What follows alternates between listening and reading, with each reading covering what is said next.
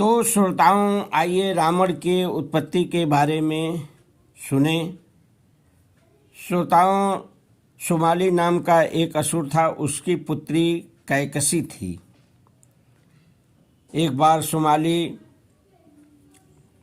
रसातल से कैकसी को लेकर पृथ्वी पर आया।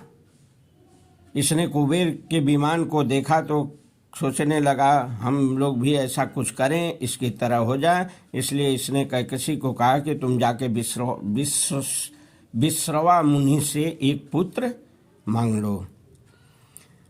फिर तो कैकसी चली विश्रवा मुनि के यहाँ। श्रोताओं, विश्रवा मुनि प्रदोष काल का अग्निहोत्र यज्ञ कर रहे थे। समय बड़ा खराब था, बड़ा दारुण था। इसको देखे तो कहे, कौन हो तुम, किस लिए आई हो? तो इसने कहा आप खुद जान लीजिए। तो उसने जान गए योग से कि तो पुत्र कामना से आई है।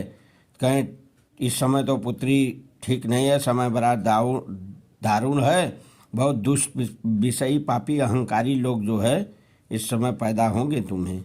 तो इसने कहा नहीं नहीं, मुझे ऐसा पुत्र नहीं चाहिए। तो फिर तो उसने कहें ठीक है, तो अंतिम पुत्र तुम्हारा धर्मात्मा होगा। तो श्रोताओं, समय आने पर यही जो है रावण पहला पुत्र हुआ, दूसरा कुंभकर्ण हुआ,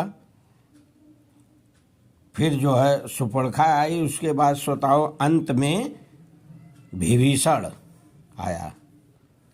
इतना श्रोताओं जो है इसके पास जो है समय आने पर आए हैं। श्रोताओं, जिस समय रावण आया, इसका काला शरीर, भयानक 20 भुजा, 10 गर्दन, पैदा होते ही श्रोताओं भयानक असगुन हुआ। बादलों से खून की वर्षा हुई, सूर्य का प्रकाश मंद पड़ गया, भूकंप आने लगा, पृथ्वी पर आंधी चलने लगी, समुद्र में भूचाल उठने लगा।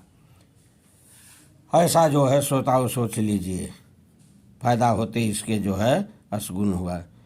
श्रोताओं 10 गर्दन इसको था, इसलिए इसका नाम जो है विश्रवा मुनि 10 ग्रीव रख दिए। ठीक है श्रोताओं, एक बार जो है कैकसी लेकर इन लोगों को बैठी थी हिमालय पर्वत पर। तो कुबेर के विमान को जाते हुए देखी तो कही देखो एक पुत्र है, एक तुम लोग हो। तो रावण कहा ठीक है माँ, इससे बढ़कर मैं तुझे दिखाऊंगा। फिर तो श्रोताओं ये सब तीनों चल दिए तप करने। श्रोताओं, गोकर्ण आश्रम में कुंभकर्ण भयानक तप किया 10,000 वर्ष तक गर्मी और जाड़ा में। फिर 5,000 वर्ष तक श्रोताओं विभीषण एक पैर पर खड़े होकर तप किए।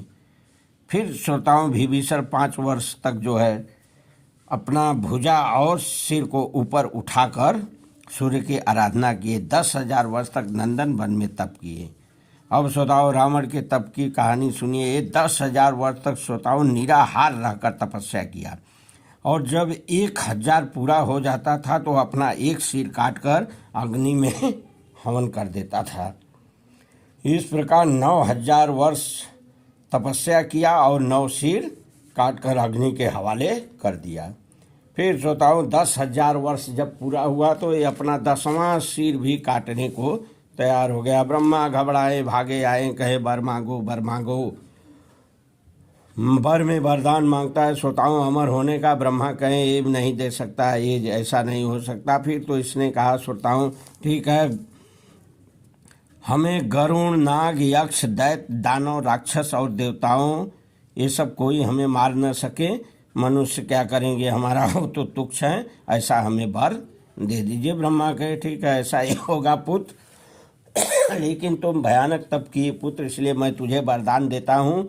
जो तुमने 9 सिर जो है काटा था वो पुनः जो है जुड़ जाएंगे। इस तरह श्रोताओं 9 सिर जुड़ गए, फिर ये 10 सिर वाला बन गया। विभीषण की बारी आई वर मांगने की। तो श्रोताओं विभीषण ने वर मांगा कि मुझे घोर विपत्ति में भी मेरी बुद्धि धर्म में लगी रहे, मुझे ब्रह्मास्त्र का ज्ञान हो जाए, और जिस आश्रम में जिस समय में जहाँ रहूँ वहाँ मेरी बुद्धि हमेशा धर्म में ही लगी रहे।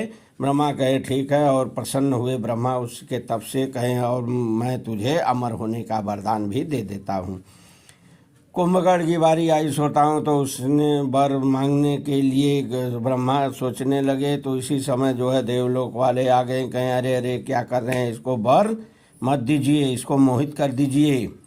क्योंकि जाकर देखिए अभी नंदक वन को उजाड़ दिया, 10-10, 20-20 जो है यक्ष गंधर्वों को मारकर खा डाला है।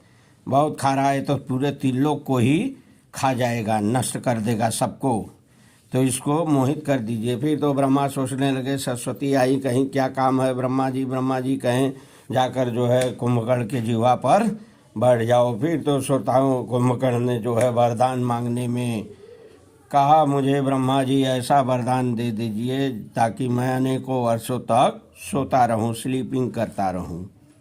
ब्रह्मा कहे ठीक है। ऐसा करके अंतर्धान हो गए और सरस्वती भी चली गई। इस तरह से श्रोताओं सब बाहर पाकर मस्त हुए। अब तो ये सब जंगल में रहने लगे, उपाय किए जो है लंका में रहने के लिए। वहाँ जो है अपना दूध भेजकर कुबेर से कहा लंका खाली कर दो, बोल देना ऑर्डर दे दो हम लोग वहाँ रहेंगे। कुबेर बेचारे सुने रावण के बारे में तो खुद जो है सारी संपत्ति सब कुछ जो है दे के वहाँ से चले गए, जो है पिता के पास विश्रवा मुनि के यहाँ गए।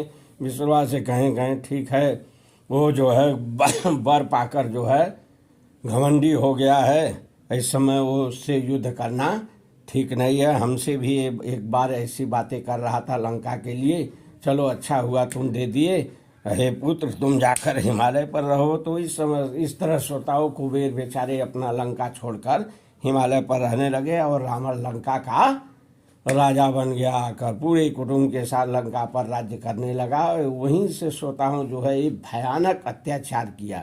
श्रोताओं पृथ्वी पर तो जितने राजा थे सब इसके उस समय गुलाम बन गए, सब अधीनता स्वीकार कर लिए। जहाँ जाता था सबको जो है जीतता था, सबको मारता था, काटता था, ऋषि मुनि को। तो श्रोताओं पृथ्वी छोड़िए, ये नाग लोग, वरुण लोग, यम लोग, ये कहाँ कहाँ नहीं गया, सबसे लड़ा। तो श्रोताओं समय का अभाव है, यहीं पर मैं आज कथा समाप्त करता हूँ। फिर अगली कथा जो है अगले दिन जो है आपको बताई जाएगी। तब तक के लिए जो है क्रम से जो है श्रोताओं कथा को सुनते रहिए और जीवन मुक्त कथाएं नामक चैनल को सब्सक्राइब करिए, शेयर करिए। बोलिए श्री रामचंद्र भगवान की जय।